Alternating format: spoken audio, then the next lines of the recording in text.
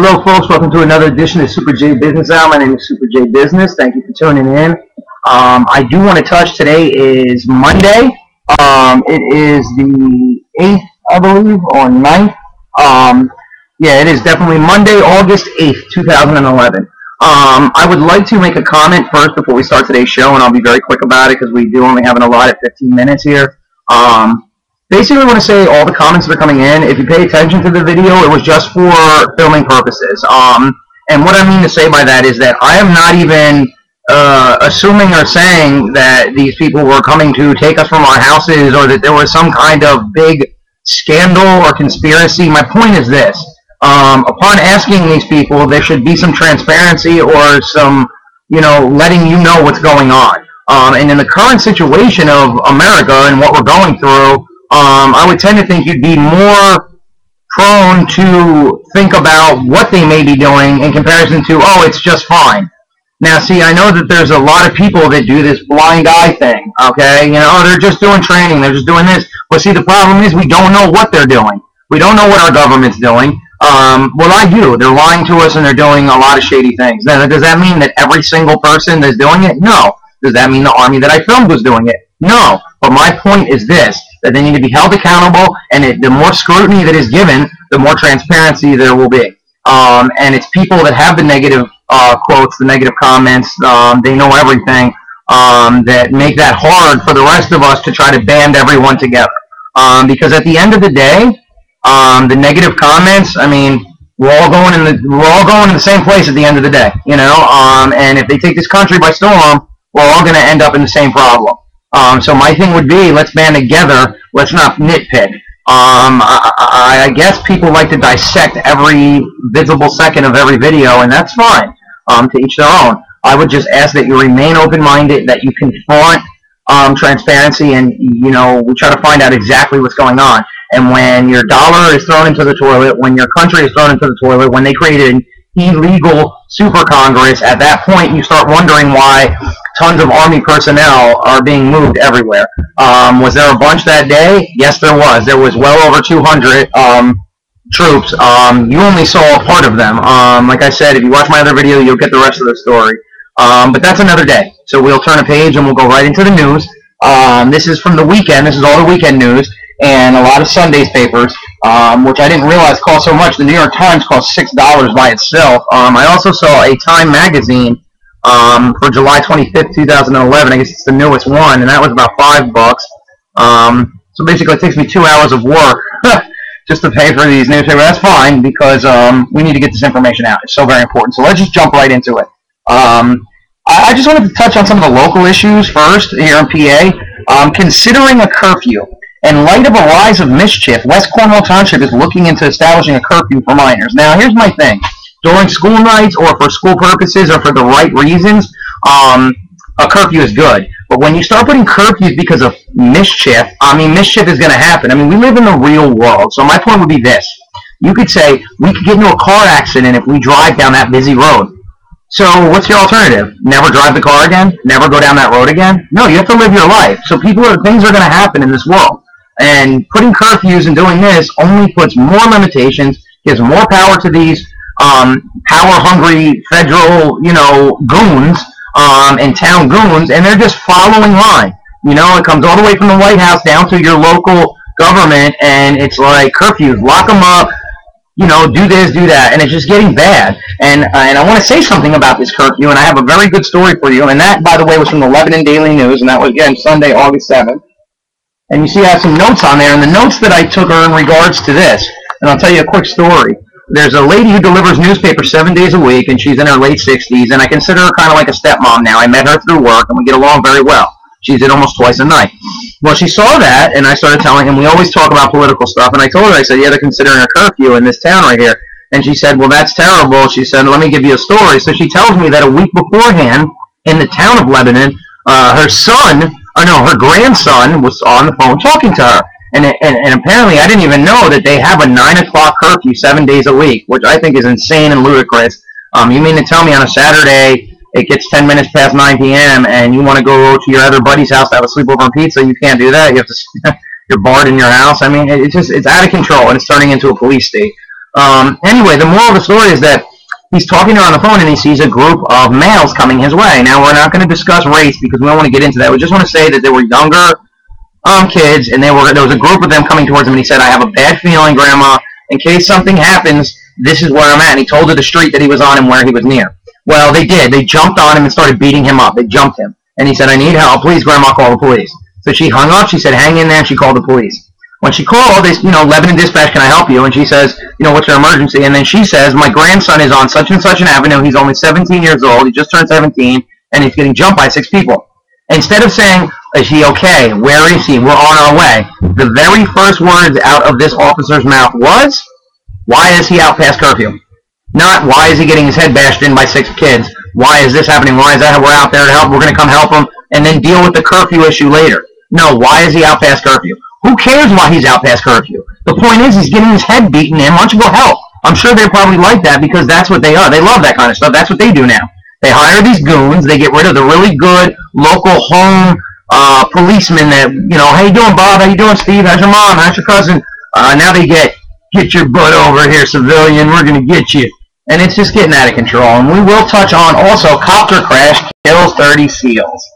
How do you like those cookies? And guess who happened to be with those SEALs? The helicopter downing killed members from the same unit that killed Osama bin Laden. How fortunate that anybody that would have had the real story magically winds up dead now. Does anyone see through this nonsense? And we'll just jump. Let's just jump. Let's go right to the next one. Okay? And we have, no, you won't city. They're talking about a city tax here, and this is the Patriot News. This is Friday, August 5th. But it says, did feds act too slowly on the turkey recall? Some health experts note that salmonella outbreaks started in March, but a government science defends a thorough investigation. There was an aggressive and thorough investigation that came together over the time to paint one picture of this outbreak. But critics say the federal government moved too slowly in warning about a salmonella outbreak linked to turkey jeopardizing the public safety. Meat-producing giant Cargill recalled 36 million pounds of turkey Wednesday after a government hunt for the source of salmonella outbreak that has killed one person in California and sickened 77 people. The Federal Agriculture Department said it is one of the largest meat recalls ever. Illness in the outbreak date to March and have been reported in 26 states, including Pennsylvania. Now, here's my problem. I don't think the action, and this is a quote, some say the federal government was silent for too long. I don't think the action came out as fast as it should have, said Art Kaplan, a University of Pennsylvania bioethicist. I think there appears to be a pattern of troubles with the federal government. Yeah, there appears to be a big pattern because they come in, they grab everything, they want to run shop, they're making a huge federal power grab. You got TSA, you got this, you got that, and what happens at the end? But when it comes to saving, and here's the scariest part, they're usually the ones that infect these meat with the poisons and send them out. Aha! Maybe that's why they kept quiet. Do you ever think of that? No, they never do anything wrong, I know.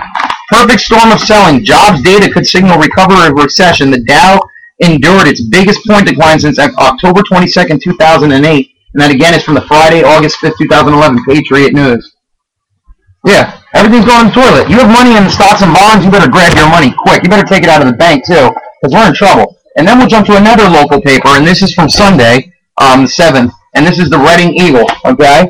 And basically what they're saying is here, serious crime stats. Serious crimes include murder, non-negligent manslaughter, rape, robbery, assault, burglary, theft, vehicle theft, and arson. And it's showing how everything is raised, and we are in bad times. Holding their own. Statistics indicate serious crime in Reading is down, even as police deal with a sharper manpower reduction. And then again, we have our famous story here. Copter down. 30 troops are dead. Worst one-day toll for U.S.-Afghan war. Well, basically, let me just tell you again, in case you didn't hear me the first time, they killed, listen, I'm pretty sure the copter, listen, you were having stories come out of Pakistan News and people that were around the so-called Osama bin Laden compound. Now, they're saying there was a gentleman that certainly did look like Osama bin Laden, but wasn't Osama bin Laden. And they say that a copter landed, SEAL Team 6 came out, got the guy out, they walked out peacefully, got back into the helicopter, and even before it took off, it just blew up into pieces.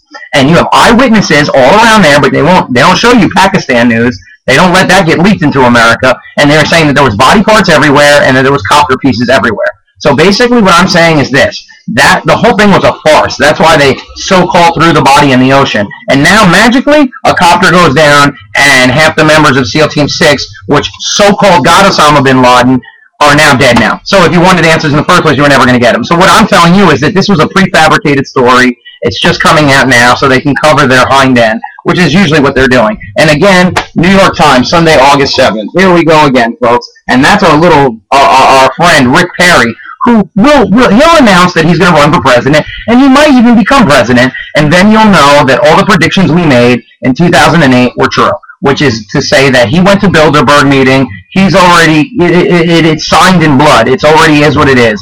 These people have this already pre-planned, so you can run out to your vote, which I suggest, please vote. We all need to vote and try. But my point is this, it's already pre-rigged. I don't care if you vote or not. It doesn't matter. They're going to do what they want. They made a super Congress, for God's sake. They took away the Congress. There's 6 and 6, 6 Democrats, 6 Republicans, and who's on top of that, the 13th veto, the power to make the final decision is given to one man, the president. That is called a dictatorship, folks. You need to pay attention, and they just took our AAA rating away, which we discussed on our show from 2 days ago, and it's done. So now you just turned our American dollar into pesos. Did you know 3 years ago you could go to Switzerland, and for $1 US you would receive 3 Switzerland dollars? If you were to go to Switzerland today, for $1 US you get 67 cents in Switzerland money. Does that tell you anything, folks? We have got to wake up. If you like this video, hit like. Please subscribe. That's how we keep this going. I subscribe to you, you subscribe to me, we subscribe to everybody, and we start a community, and we help each other, and we take our country back. We have got to get Ron Paul in as president. We have got to take the power back.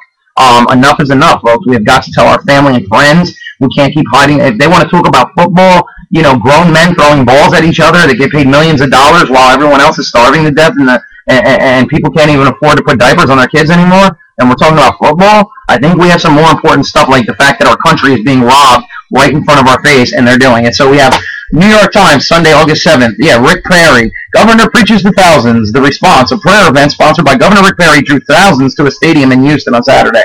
And also what I noticed here, deadliest day of Afghan war for U.S. forces. Members of the unit that killed bin Laden are among 38 dead. So again, they'll never be able to answer questions as to why or what happened that day for sure. And then it also says amid criticism on downgrade, S&P fires back, warns a further cut. Government faults the accounting behind a new debt rating. Oh, now it's the debt rating's fault. But how come we have footage of Geithner, not even a year ago, promising and swearing that the U.S. dollar would never lose its AAA rating? It was an impossibility, and here we are. So they create a super Congress, and the following week they crash the dollar. It's is anyone seeing this?